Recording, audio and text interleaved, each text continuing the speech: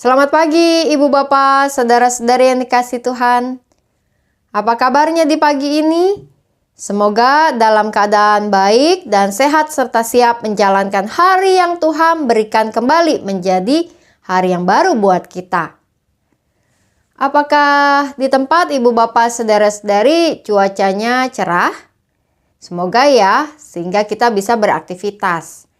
Tapi kalaupun cuaca mendung atau bahkan sedang hujan, setidaknya hati dan pikiran kita tetap cerah, tetap semangat menjalankan hari kita.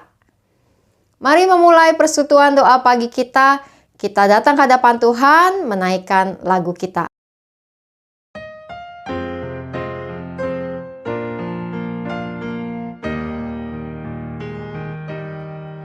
Seindah siang disinari terang, cara Tuhan mengasihiku. Seindah petang dengan angin sejuk, cara Tuhan mengasihiku. Tuhanku lembut dan penyayang, dan aku mengasihi Dia. Kasih-Nya besar, agung dan mulia, cara Tuhan mengasihi.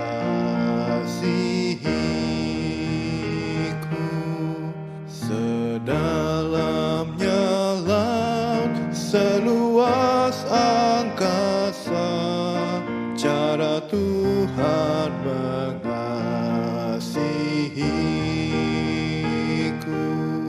Seharum kembang yang tetap semerbak, cara Tuhan mengasihiku. Damai-Nya tetap besertaku, dan sorgalah pengharapanku. Hidupku tentram, ku nikmati penuh, cara Tuhan mengasihiku.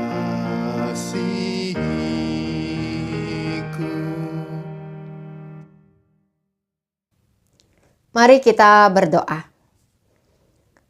Tuhan yang Maha Kasih, kami hendak mencari kerajaan-Mu, mencari firman-Mu, mencari suara-Mu di dalam persekutuan kami pada saat ini.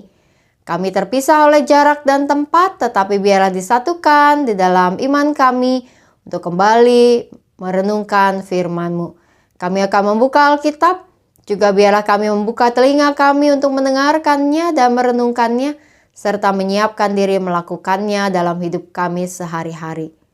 Bersabdalah ya Tuhan, dalam nama Tuhan kami Yesus Kristus kami berdoa. Amin. Pembacaan firman Tuhan di pagi ini terambil dari dalam Kisah Para Rasul, pasalnya yang 16. Kisah Para Rasul 16, ayat 13 sampai 15. Kisah Para Rasul 16, ayat 13 sampai 15. Pada hari Sabat, kami keluar pintu gerbang kota. Kami menyusur tepi sungai dan menemukan tempat sembahyang Yahudi yang sudah kami duga ada di situ. Setelah duduk, kami berbicara kepada perempuan-perempuan yang berkumpul di situ. Salah seorang perempuan yang bernama Lydia turut mendengarkan. Ia berasal dari kota Tiatira, dan ia seorang penjual kain ungu yang beribadah kepada Allah. Tuhan membuka hatinya, sehingga ia memperhatikan apa yang dikatakan oleh Paulus. Sesudah ia dibaptis bersama seisi rumahnya, ia mengajak kami, katanya, Jika kamu berpendapat bahwa aku sungguh-sungguh percaya kepada Tuhan, marilah menumpang di rumahku. Ia mendesak sampai kami menerimanya.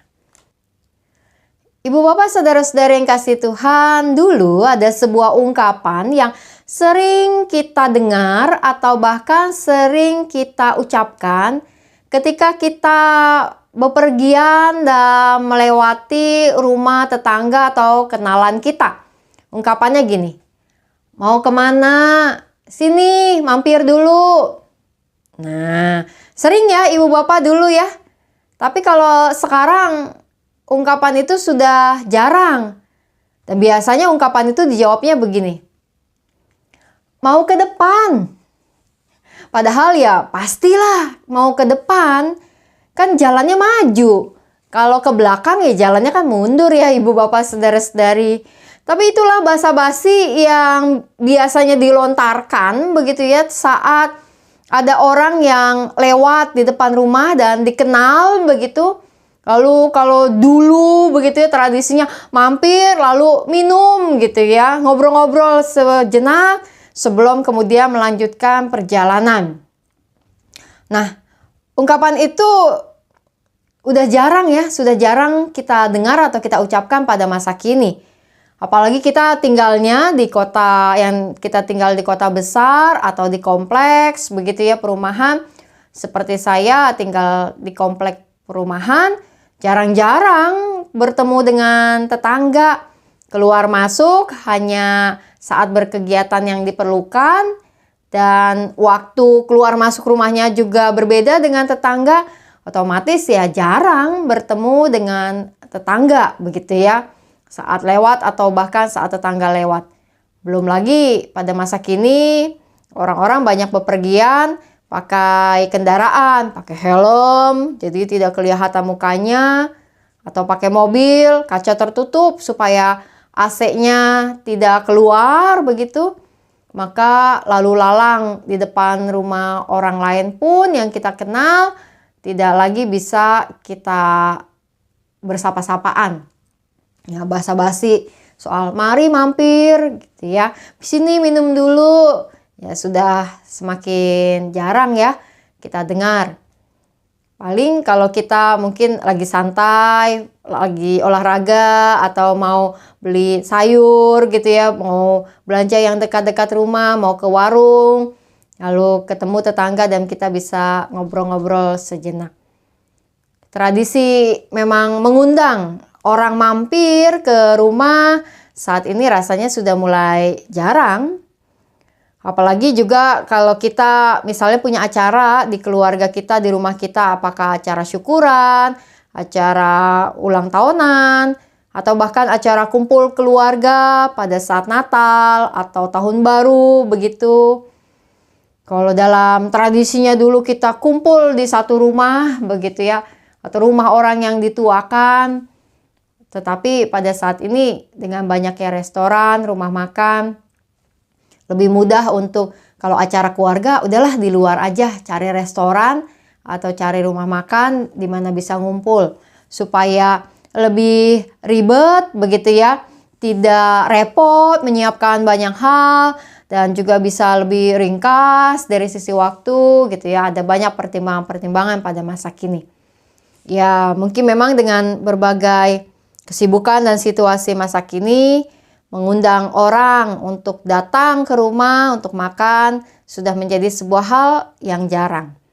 Nah, mari kita merenungkan sebuah kisah dari dalam Alkitab yang tadi sudah kita baca tentang Lydia, penjual kain ungu yang mengundang Rasul Paulus untuk menumpang di rumahnya. Alkitab menceritakan bahwa kisah itu terjadi di kota Filipi, di mana Rasul Paulus datang ke sebuah tempat rumah ibadah, sinagoge gitu ya. Lalu kemudian bertemu dengan perempuan-perempuan yang ada di tempat itu dan salah satunya adalah Lydia. Di dalam Alkitab diberikan sebuah keterangan tentang siapa Lydia, yaitu dia adalah berasal dari kota Tiatira dan ia seorang penjual kain ungu yang beribadah kepada Allah. Lydia ada di rumah ibadah karena dia adalah orang yang mau beribadah kepada Allah.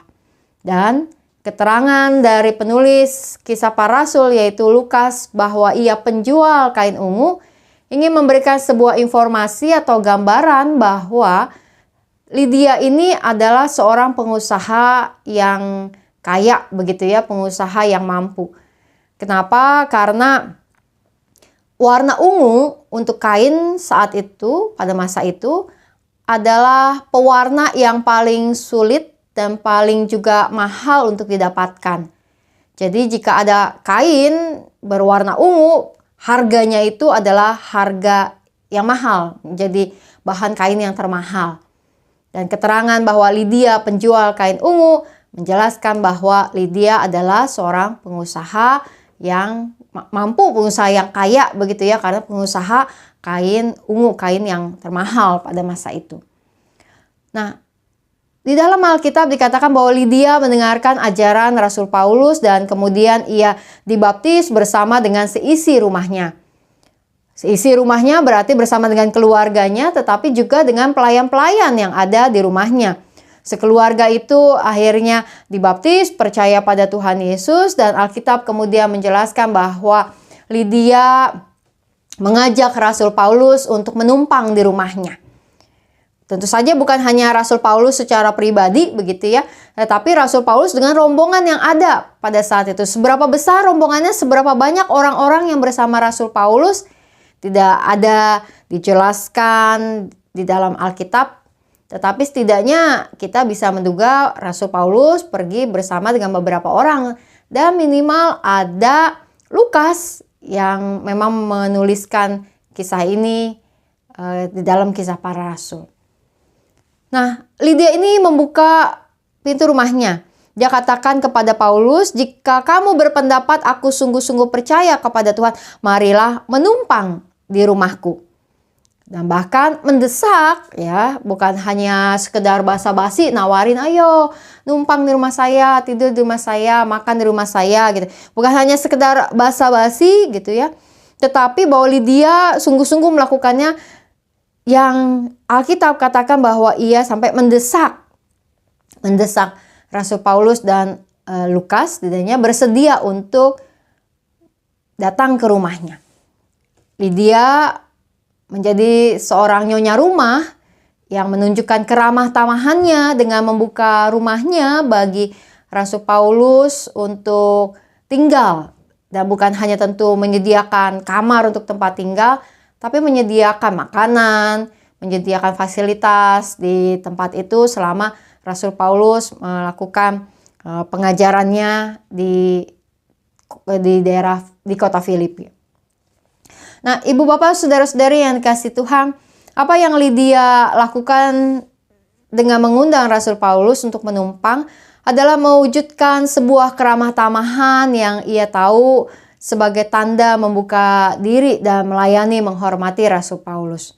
Tradisi tersebut juga dulu kita miliki, sekarang sudah jarang begitu ya, sudah jarang terjadi pada masa kini. Namun tentu saja semangat tersebut, yaitu semangat yang ada di baliknya, semangat keramah tamahan, semangat membuka diri bagi sesama, semangat untuk menyambut orang-orang lain, tentu saja menjadi sebuah hal yang perlu terus kita pelihara, perlu terus bahkan kita praktekkan. Pada masa kini, keramah tamahan untuk membuka diri orang menumpang dan mampir di tempat kita mungkin dengan berbagai pertimbangan sudah jarang terjadi. Namun keramah tamahan, berbuat ramah dengan orang-orang lain adalah sebuah sikap hidup dan bahkan adalah sebuah landasan, sebuah nilai yang perlu terus kita kembangkan, bukan? Bahwa di dalam kehidupan kita bersama-sama dengan keluarga, kita mau menjadikan keluarga kita sebagai keluarga yang memang terbuka, keluarga yang menyambut kehadiran sesama. Bagaimana di dalam kehidupan kita menjadi sebuah hal yang penting, kita mendidik anak-anak kita sejak sedini mungkin untuk bersikap ramah dengan orang-orang lain yang datang ke rumah kita atau yang kita jumpai. Menyapa gitu ya, memberikan salam saat bertemu dengan orang-orang lain, dan bahkan juga menunjukkan teladan. Teladan kepada anak-anak kita, teladan kepada keluarga kita, dengan menunjukkan keramah tamahan itu kepada orang-orang yang kita juga jumpai.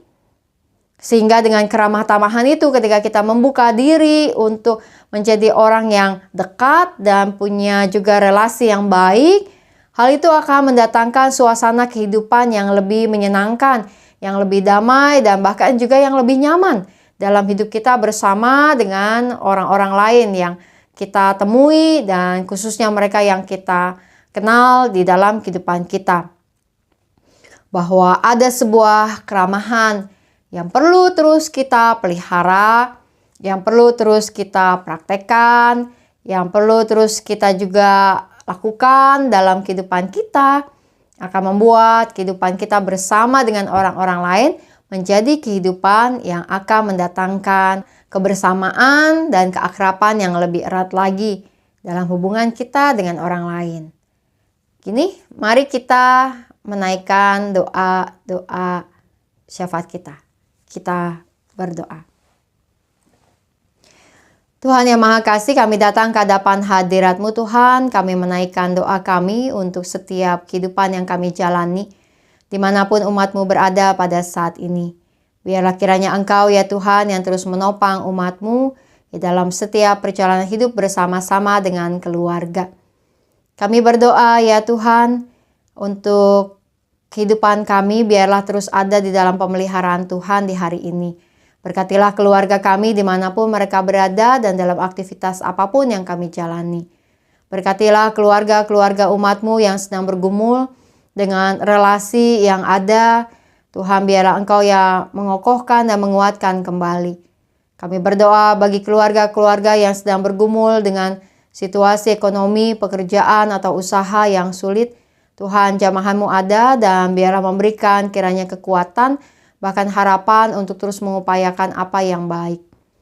Kami berdoa untuk keluarga-keluarga yang mengalami berbagai pergumulan kesehatan. Kami berdoa untuk pemulihan dari Ibu Rina Minata. Tuhan, biarlah menjamah dia bersama dengan seluruh keluarganya. Kami berdoa juga ya Tuhan untuk proses pemulihan dari Oma Ani, mama dari penatua dini di rumah sakit. Biarlah kiranya Engkau yang memberikan juga jamahan-Mu. Kami berdoa bagi setiap umat-Mu yang bergumul juga dengan kondisi-kondisi kesehatan mereka. Biarlah kiranya ada satu kekuatan dari Tuhan. Bahkan dalam semua proses pengobatan atau juga pemulihan yang dijalani, ada banyak hal baik yang dapat terjadi. Kami berdoa untuk juga berbagai kegiatan kami dalam gereja-Mu Tuhan. Sakramen baptis anak pada hari Minggu yang akan datang. Biarlah Tuhan berkati mereka dengan kesehatan yang baik, yaitu anak-anak dan para orang tua serta para pelayan ibadah. Juga berkatilah kiranya setiap persiapan maupun pelaksanaan kebaktian pemuda pada tanggal 3 nanti Tuhan. Biarlah menjadi sebuah wadah di mana para pemuda dapat beribadah dan berjumpa dengan Engkau melalui firman. Kami berdoa juga ya Tuhan untuk perbaikan lift yang ada di penabur maupun di gereja, serta juga untuk renovasi rooftop yang dijalankan agar semuanya berjalan baik. Kami berdoa untuk juga proses pemilihan dan pencarian calon-calon penatua agar juga dapat menjadi proses kami bersama untuk menghasilkan para pemimpin-pemimpin gereja yang dapat menjadi teladan. Kami menaikkan doa kami juga sebagai bangsa dan negara di dalam berbagai situasi kehidupan kami sebagai Indonesia dengan kepemimpinan yang baru, bahkan juga dengan berbagai persiapan menuju pilkada, agar semuanya menjadi cara-cara kami belajar berdemokrasi dengan baik. Ketika juga ada banyak hal yang dapat menjadi kemajuan nyata bagi negeri ini. Berkatilah setiap aparat hukum dan aparat keamanan di negeri ini dalam dedikasi mereka, setiap para wakil-wakil rakyat di dalam mengambil kebijakan-kebijakan terbaik, bahkan juga di dalam semua hal yang kami jalankan bersama-sama di negeri ini, agar dapat membuat Indonesia menjadi negeri yang baik dan maju, dan bahkan menjadi kebanggaan di dunia internasional. Kami menaikkan doa-doa kami Tuhan ke hadapan hadirat-Mu. Dalam nama Tuhan kami Yesus Kristus kami berdoa. Amin.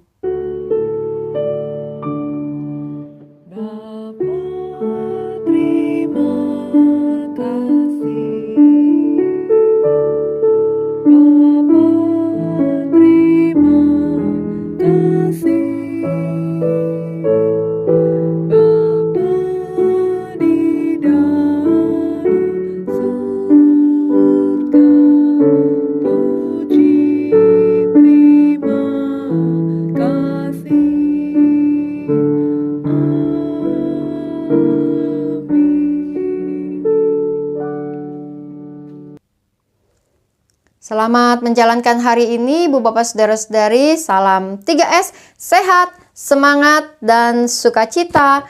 Tuhan memberkati.